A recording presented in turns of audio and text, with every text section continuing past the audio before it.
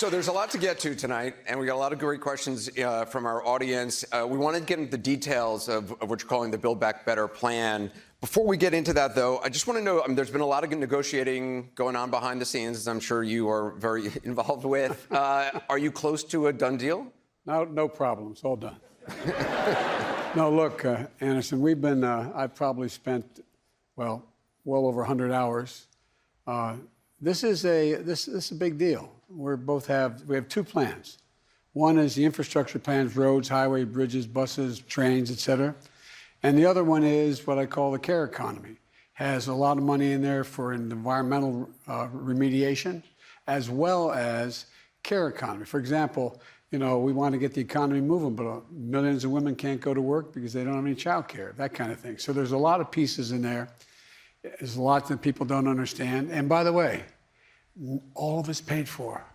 Every single penny. It's not going to raise one single cent. We're going to get into a lot of those details. Just though, are you close to a deal? I think so. Look, I was a senator for 370 years.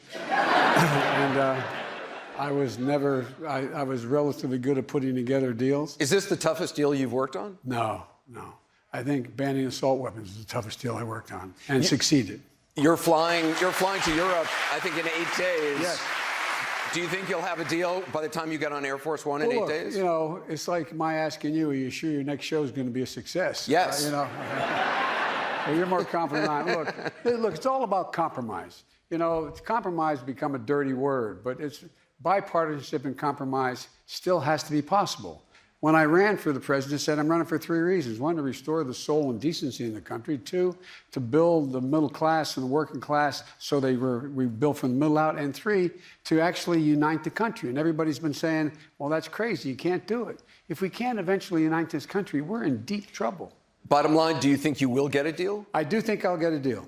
I want to talk about this. I want you to meet Vanessa Antrim from Bowie, Maryland. She's retired. She's a caregiver for her elderly parents. God love you. She's a Democrat. Vanessa, your question. Yes, Mr. President. My parents have been married for 73 years, and both are dealing, both of them are dealing with dementia. My father, who is a veteran, is completely bedridden, and my mom is experiencing issues with walking. I have found the process for me to provide care for them in my home very hard. They have worked all their life only for me to experience a lot of red tape to provide supports in a loving home environment. What is being done to support the elderly, especially for a middle-class family like mine? Well, first of all, if my mom were here, I'd say you're a good daughter, number one. Thank you. Number 2, I was in a situation like you, where I was making more money. I was making $42,000 a year as a senator at the time, although I was listed the poorest man in the Senate for 36 years, but I still made more money than most people because the Senate salaries kept going up. What happened was my dad got sick, and he was in hospice, so Jill and I took my dad home. We took care of him in our house. But we were lucky because we had the ability to I have a sister who's an angel and a brother who's a wonderful guy, and we all took turns in our house taking care of them. But here's the deal. Right now, under Medicaid, there are 860,000, I think it's 860, don't hold me the exact number, it's over 800,000, who qualify for home health care aid for their parents. But there's no money there. There's no money there. So what we do is we provide the funding for Medicaid to allow you to be able to keep, if your parents had their home, keeping them in their home if you want it, or get help in your home with home care from professionals helping you take care of them. Helping you take care of them. And in many cases where you're not taking care of them in your own home, but they're staying in their home, you're going to be able to have the ability to have someone come in and make their meals for them. They don't have to be there 24/7. So there's a lot of things we're doing. In addition to the process, we're going to be able to train up those home care workers who are usually minority women, women of color, as well as immigrants. And they have the capacity to learn more as they go along to move to the point where they can become practical nurses and things like that. So it makes a lot of sense, and it's cheaper than it is to not do it. One of the other things that Democrats are looking to do is to expand Medicare to include dental, vision, and hearing as well. Given all the negotiations that are going on, will all three of those still be covered? That's a reach. And the reason why it's a reach is not, I think it's a good idea. And it's not that costly in relative terms, especially if we allow Medicare to negotiate drug prices. But here's the thing. Mr. Manchin is opposed to that, as is, I think, Senator Sinema is as well. Opposed to all of them? Opposed to all three, because they don't want, he says he doesn't want to further burden Medicare so that, because it will run out of its ability to maintain itself in X number of years. There's ways to fix that, but not interested in that part either. But look, Joe's not a bad guy. I mean, he's a friend. And he's always, at the end of the day, come around and voted for it. But here's the point. We're in a situation now where if you are in a circumstance that you're not able to provide, well, let me cut to the chase. I'm taking too long. One of the things we're able to do in the meantime is the most expensive of these things would be dental. Okay? Now, we're talking about, don't have a deal on it yet, maybe getting an $800 voucher from Medicare for dental work that you may need. And the hearing is a very important thing because, as Kristen Sinema, who supports this, points out, hearing is directly related to dementia. When you can't hear, you have a problem, and it impacts on dementia.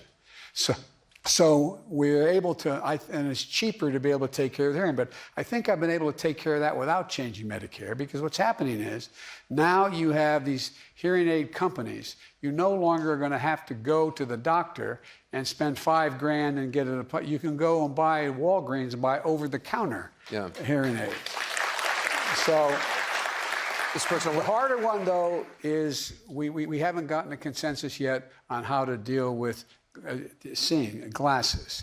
And but that's, so it's not done yet, is the answer. All right. I want to get another question in. This is Ben Frederick. Ben is a realtor, lifelong resident of Baltimore. He's an independent, serves on the Maryland Multi-Housing Association. By the way, Ben, the Bidens all hail from Baltimore beginning in 1850.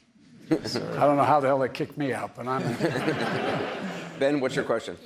IRS data shows that the top 5% of income earners pay 60% of the income taxes in this country.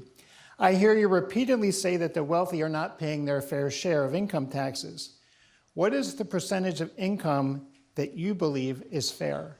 Well, I think what's fair is that the present tax code, the highest tax rate is 35%, number one, okay? Number two, you're in a circumstance where corporate America is not paying their fair share. And I come from the corporate state of the world, Delaware. More corporations in Delaware than every other state in the union combined, okay? Now, here's the deal, though. You have 55 corporations, for example, in the United States of America, making over $40 billion, don't pay a cent.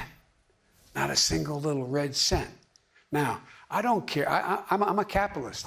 I hope you can be a millionaire or a billionaire. Not a problem. But at least pay your fair share. Chip in a little bit. Well, let me follow up, because Kirsten Sinema, who you mentioned, Senator Sinema, is opposed to any tax rate hikes for corporations and for high earners. Speaker Pelosi suggested today she could accept that. The question is, A, would you accept that? No rate hikes, tax rate hikes for corporations or high earners? And if so, how would you pay for this plan otherwise? Because you don't have to, look, here's the deal. The tax rate, the corporate tax rate was 37%. Barack and I thought it should come down.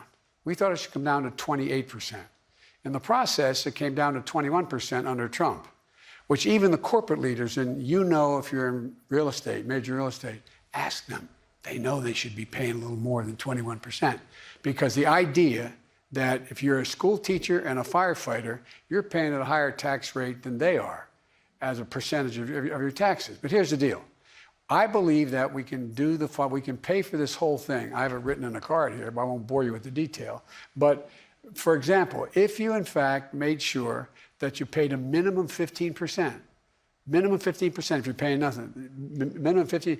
That's over almost $400 billion over 10 years. So you would be willing to go along with what Senator Sinema, and it seems like Speaker Pelosi is willing to consider, no tax hike for corporations or for high-earning individuals. Here's what I'm willing to do. I'm willing to make sure that we pay for everything without anyone making less than $400,000 paying a single cent more in taxes. We've talked a lot about Senator Manchin and Senator Sinema. You seem relatively confident you can kind of get Senator Manchin on board. There's a lot of Democrats in the House and Senate who are confused about where Senator Sinema actually stands on things. And I know she's been negotiating directly with you and the White House. What is your read on her? And obviously, you need her to remain positive in your direction, so I don't know what you're going to say. But what is your read on her? Do you know where she stands? First of all, she's smart as the devil, number one. Number two, she's very supportive of the environmental agenda in my legislation. Very supportive. She's supportive of almost all the things I mentioned relating to everything from family care to all those issues. Where she's not supportive is she says she will not raise a single penny in taxes on the corporate side and/or on wealthy people, period. And so that's where it sort of breaks down. There's a few other issues it breaks down on. But what we're trying to do is reach a point here where I'm able to present to the Senate, they're able to vote on, and the House, a serious piece of legislation that changes the dynamic for working class folks in America and middle class folks, and begins to have the very wealthy and corporate members just begin to pay their fair share. Not a lot. How we get there, we're down to 4 or 5 issues, which I'm not going to negotiate on national television, as you might guess. We'd be interested in hearing them if you want. No, I know. But all kidding aside, I think we can get there.